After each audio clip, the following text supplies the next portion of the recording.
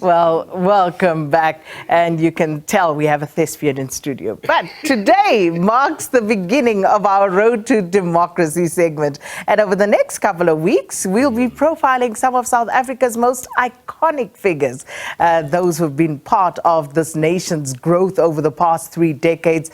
And kicking us off this week is one of South Africa's most respected actors, performers.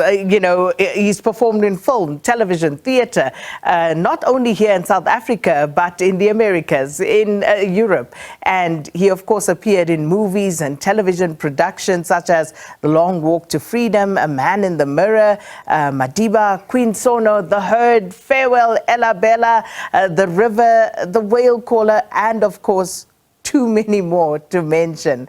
And our first Road to Democracy guest this morning, the incomparable Sello Maake KaNcube.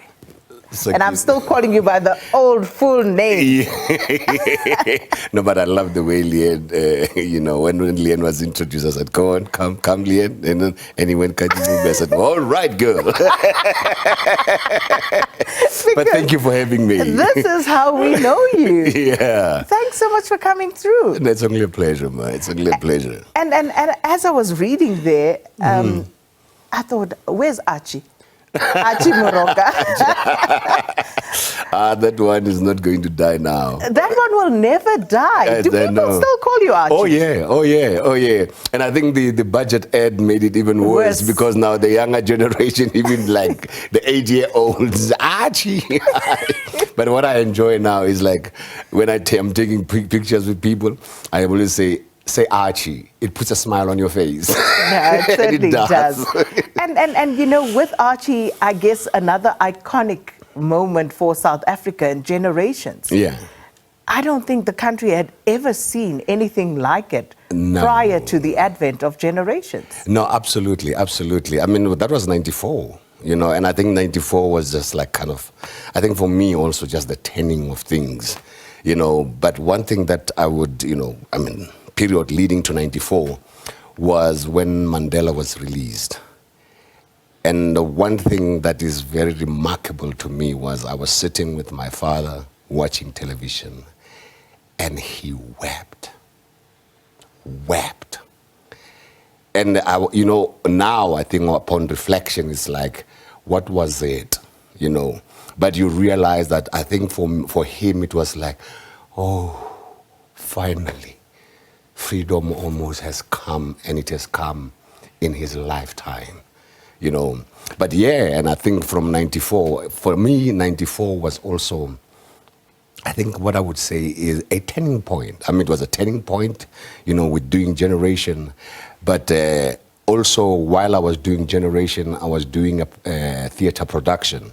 And I remember, Bunny Simon, the late Bunny Simon, who was a co-founder of the market, actually even asking for a break because doing the two was kind of like distracting me a bit. And we were doing the short story of Ken Temba called The Suit. Mm-hmm. And we started performing, we started working on, it was 93 actually. It was 94 when we were planning to go to Grahamstown. And I went to Grahamstown. I will be called apartheid still in my mind. Makanda. And yeah, 94 we prepared the suit to take it to Grahamstown, and this year basically the play was celebrating 30 years since it was performed in Grahamstown. And I just came back from Makanda, from the National Arts Festival. And doing the suit was a turning point in my career because I explored, I think, acting in a way that I had never, ever done it. How so? I come from a very interesting time. The first time I saw a play was in 97. 75. And I watched Gibson Kente's How Long? And that got me in my interest into acting. And now, as we got into acting, we were doing things like you got to have stage balance, and walking like robots, And then, but my interest grew from there. And most of the plays that I saw was Gibson Kenters, and I think it was in '78 that I saw Survival. And Survival was an experimental play with only 5 actors. I mean, there was Darlington Michaels, Peter Sepuma, the late Buitumelo Dijwe, Macintosh Khwaele, the 3 of them, and also, who was the other one? Oh gosh, I can't remember now. But yeah, you know, and when I saw Survival blew me away. I remember that night I couldn't sleep. I was like, only 5 people on stage. Wow. And that got me interested, and I started reading The Island, Sizwe Banzi's Dead, and yeah, you know. So the acting then was more presentational, and with the suit, it was representational. So I learned to dig into myself, use myself as a vehicle, instead of presenting myself as the vehicle of the story. Which is, of course, it took a long while. I went the long way. But it's so important because in terms of just the lessons and the craft, because as you talk about the presentation, surely there are some of those lessons that still stand you in good stead today, so that nothing is ever futile. No, nothing actually. No, absolutely, absolutely. I think you kind of you know, grow, and what you have been and what you are is basically what it's a sum total of who you are, you know, and all those experiences are basically what makes you to be who you are. And I think, you know, I mean, we always complain that life is too short. You know what I mean? And I'm 64 years old today. And can I say that life is too short? I think you're making the best of it. you know. You seem to be making the best of it, at least at this point. You can only but try, Sakina. You know, you can only but try. And I think also, you know, one thing that makes me, I guess maybe you were saying now earlier on that, you know, why don't I age, you know? And maybe it's all because of my darling pancakes. How are you? Hi, pancakes. Well, she didn't send us any pancakes, but of course we'll eat pancakes. But yeah, you know. Yeah, so, you know, here you are, darling of, you know, South Africa. And I look at you and I listen to you talk about your father and how he wept, you know, in 1994. But no, earlier, much earlier. I think it was 1990 when Mandela was released. On the release. Yes, on the release. So, what did that mean for you, though?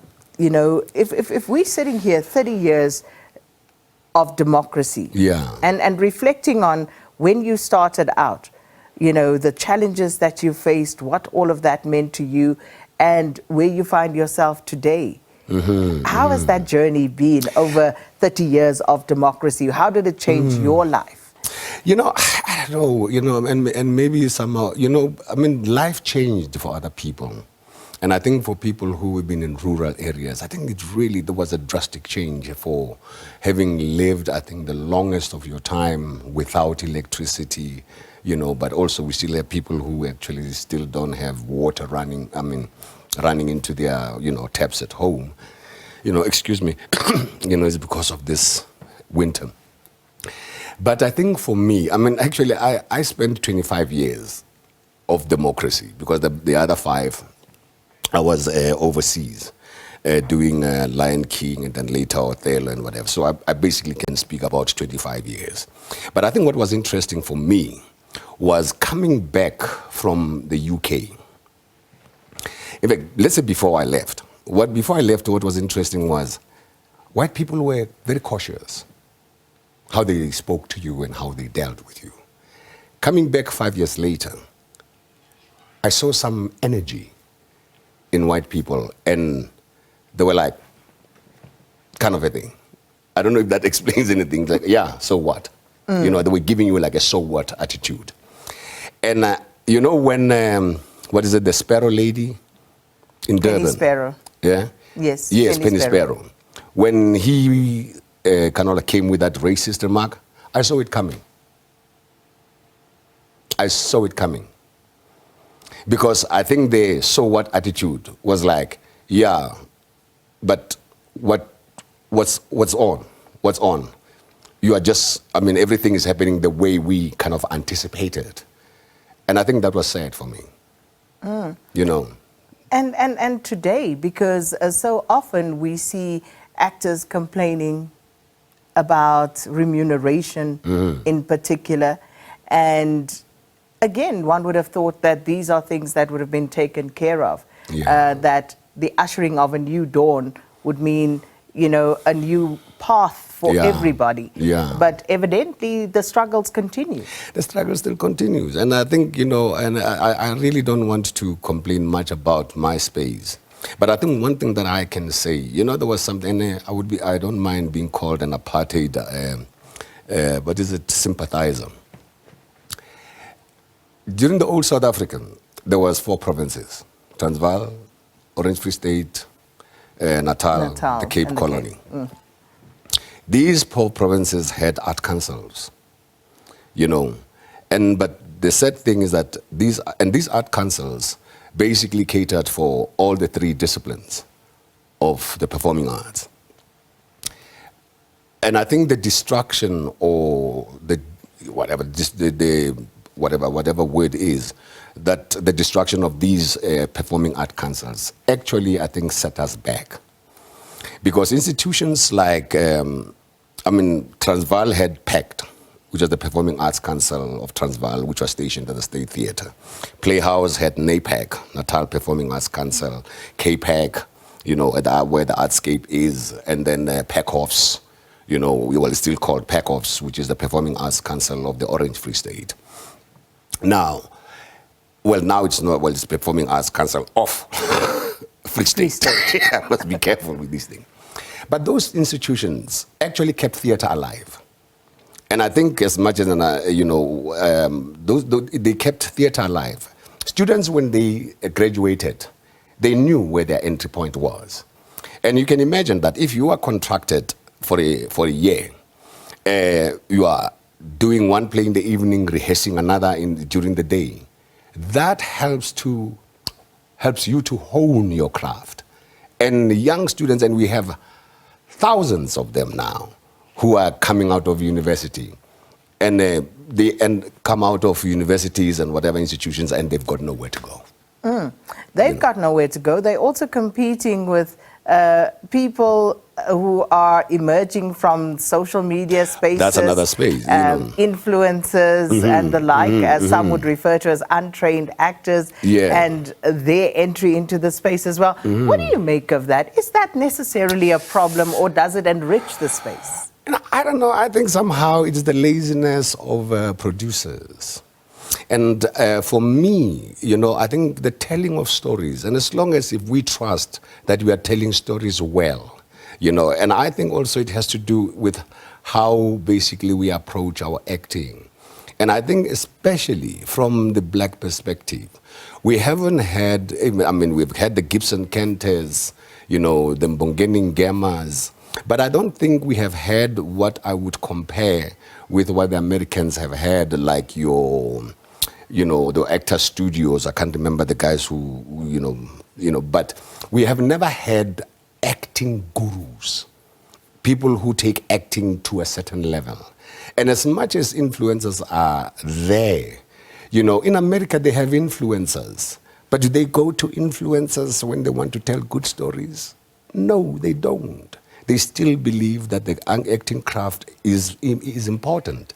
So I think in a way we haven't as yet gone to a point where even black actors know. I've seen black actors who have difficulty interpreting black experience. And that's problematic. But it has to do with the fact that I think most of the time people who are teaching acting are people who are coming from the other race. So you don't get somebody who actually makes you come closer to understand. Can you imagine an Afrikaner actor being taught acting by me? You know what I mean? The best will come out of an Afrikaner lecturer or a teacher, because he's going to make him realize what life is. But I think at the moment as well, one thing that we should actually, we always talk about social cohesion. And social cohesion will only come with actually making sure that we become as multilingual as we claim, and as the country has more than 11 languages. You know, I mean, I'm glad my daughter is deaf. I mean, finally, sign language has been, you know, become an official language. But we got to train even actors to be multilingual. That's social cohesion on two legs. Can you imagine if I'm acting and I'm multilingual, speak English, Afrikaans, Venda, whatever? That's, you know, social cohesion on two legs.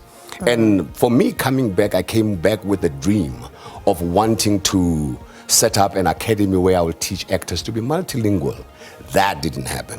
And well, it's not that I did not knock. Late. Yes. It's not too late. I'm still there. But as we wrap this up, what would you say would be the most endearing moment for you over these 30 years of democracy? 1994. 1994. And like as I say, it was a turning point in my acting career. I guess also it was a turning point. That is a time when the country began to know me, you know. And one thing that used to sadden me was, what am I really giving them? Because somehow that what I was giving was a bit of fluff. Coming from a black consciousness experience, you knew that you actually have got to build the mindset of people. And one thing that is said about this period, or the 30 years that we have spent, we have never really got into building the mindset of our people.